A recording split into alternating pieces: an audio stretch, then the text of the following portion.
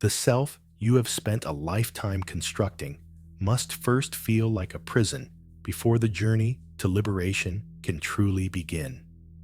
It does not arrive like a thunderclap. There is no grand announcement or cataclysmic event. Rather, the most profound call to change often begins as a subtle dissonance, a quiet hum of incongruity beneath the noise of a performed life. One finds oneself adrift in a sea of digital streams, searching not for answers, but for resonance, a signal that might lend meaning to an internal static. Then a piece of information emerges, a fragment of text, a line in a song, a quiet observation. Part of the conscious mind dismisses it, yet a deeper intelligence recognizes the summons. For life rarely communicates through overt declarations.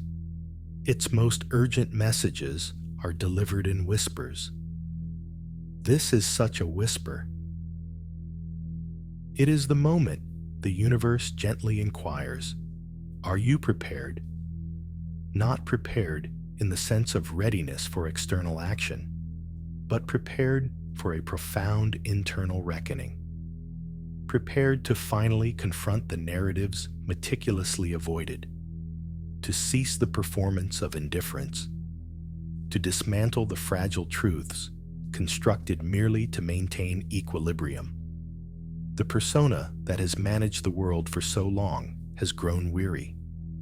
One can only scroll past the landscape of their own soul for so long before the terrain itself demands attention. It is, of course, easier to seek distraction than to inhabit discomfort. It is simpler to maintain the facade of "I'm fine" than to confess a fundamental disorientation of the self. Yet, that is the very reason for this encounter. A dormant part of the consciousness is beginning to stir, not with a roar, but with a quiet, persistent insistence that this is no longer resonant, this is no longer true. This feeling is not a sign of defect. It is not evidence of being broken. It is the first indication that one is finally beginning to pay attention. Consider the strange, liminal state of being, a phase where one is neither entirely lost nor truly found. The days follow familiar patterns, the same routines, the same interactions, the same digital landscapes. Yet, beneath the surface, there is a sense of being an apparition in one's own existence. This is not perceived by others, for the role is played to perfection. The social cues are met, the work is done, the game is played. But internally, a constant low-frequency question persists, a question for which words have not yet formed. Is this the entirety of it? This state is not burnout, nor is it mere sadness. It is an existential numbness, a feeling of waiting for reality to acquire substance. And here is the unarticulated truth. That sensation of profound emptiness is not a conclusion. It is an inception. It signifies that the soul has grown weary of autopilot. It is finished with inhabiting roles for the sake of social harmony, finished with the pursuit of hollow signifiers of success. The recent sense of misalignment is not because something is wrong, but because something authentic is attempting to emerge. However, this emergence cannot be forced. It cannot be optimized, life-hacked, or expedited through sheer will. It must be allowed to unfold. This is the most challenging discipline, for awaiting the arrival of truth in a culture of immediacy can feel excruciating. Every instinct cries out for resolution, for a plan, for a swift conclusion. But truth gestates in stillness.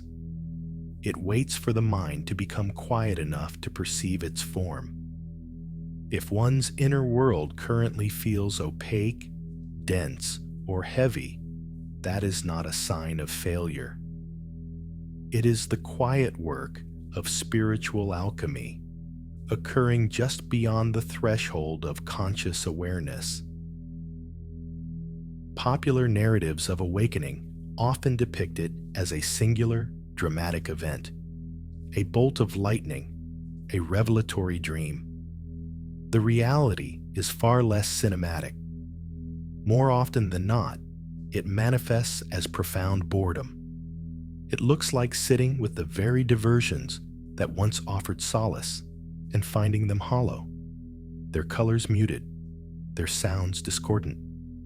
It looks like a quiet moment before a mirror, not with anguish or tears, but with a simple, stark realization. The person I am performing is a stranger to me. There is no climax, only a quiet, empty, and total awareness.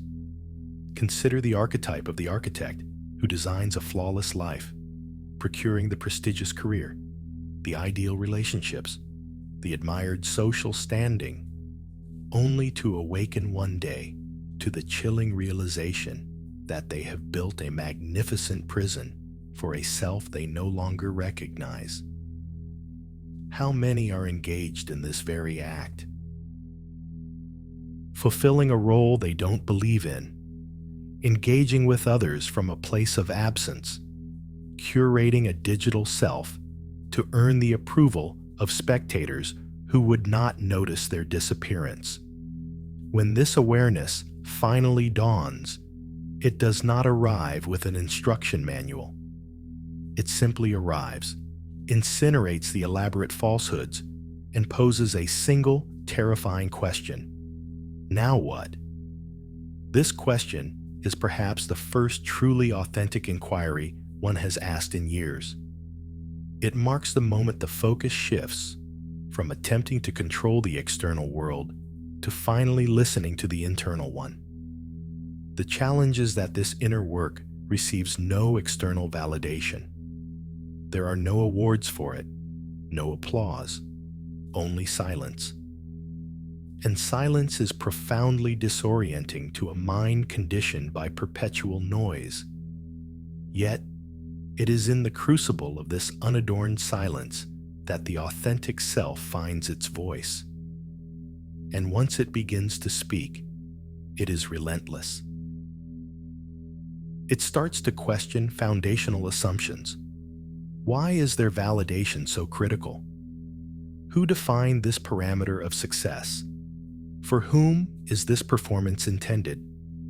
Suddenly, the persona that was once a survival mechanism, the people pleaser, the conflict avoider, becomes an unbearable weight. Once the artifice is seen, it cannot be unseen. That moment of recognition, of catching one's own reflection in the midst of a performance and thinking, "This is not me," is subtle, yet it alters everything. From that point on, every forced laugh is felt as a betrayal. Every concession made to avoid conflict feels like a violation of an inner integrity. The routines that were once normal now feel dissonant. And the most surreal part is that no one else seems to notice. They are still interacting with a version of you that is quietly disintegrating. A shift in behavior begins. One starts to decline invitations. One becomes quiet in spaces where they once performed extroversion. One withdraws from certain dynamics, not from a place of superiority, but from an inability to sustain the falsehood. This is not an attempt to be spiritual or profound. It is a simple, desperate attempt to be honest. And honesty has a cost. It costs comfort, connections, and sometimes the very identity that provided a sense of stability for years. But in exchange, one gains the self. The need for external consensus begins to dissolve. That is when the true transformation occurs, not through force, but through a surrender to the process. The quiet nights spent staring at the ceiling, feeling a sense of fragmentation. They are not breaking you. They are reshaping you. The old self is not dying because you are lost. It is being shed because you are finally being found. The price of truth is the forfeiture of everything built upon a lie. And that is a worthy exchange. Have you ever entered a familiar space and felt utterly alien? Physically present, but psychically, emotionally, elsewhere entirely. This is not a symptom of being broken. It is a sign of heightened perception. It is the moment one begins to see through the architecture of social performance. Conversations feel scripted. The energy feels synthetic. People speak in narratives they did not write. And you stand there, wondering if anyone else perceives the incongruity. But the performance continues unabated. That is the transition no one prepares you for. The process of awakening is not one of perpetual peace and positive affirmations. It is one of confusion and discomfort.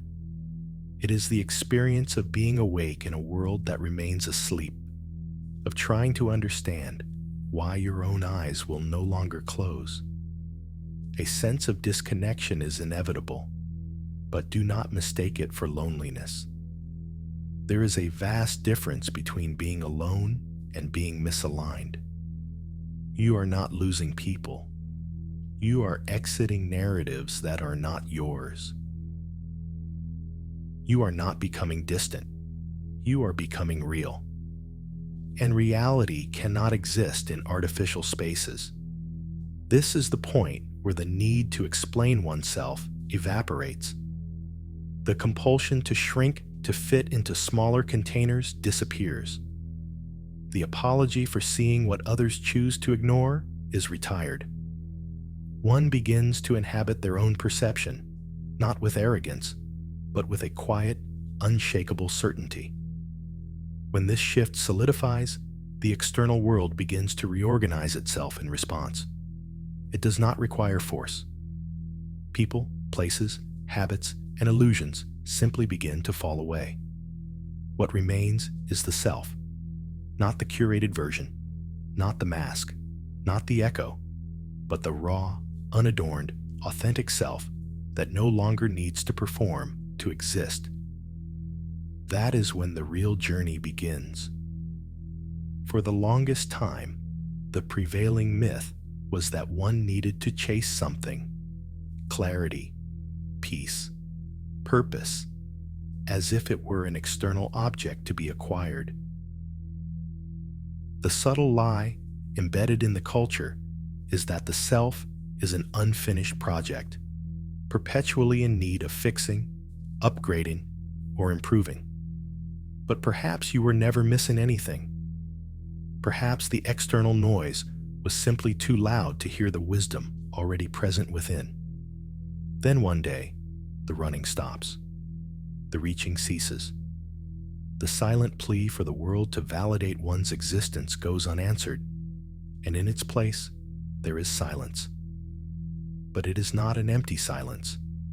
It is full of the truth that was consistently overlooked. You already possess it. Simply be still long enough to remember. This is the pivotal inversion. The objective is no longer to become someone new, but to finally allow the person you were before the world assigned you a role to emerge. From this place, one no longer operates from a state of lack, but from a state of awareness. One ceases to be a seeker of light and recognizes they are the source of illumination. When this is understood, the need for permission from the world to simply be authentic vanishes. You are no longer an applicant in the room, hoping to be accepted. You are a presence, awake to your own reality. If this message resonated with you, if you heard the whisper, write just 2 words in the comments: I'm listening.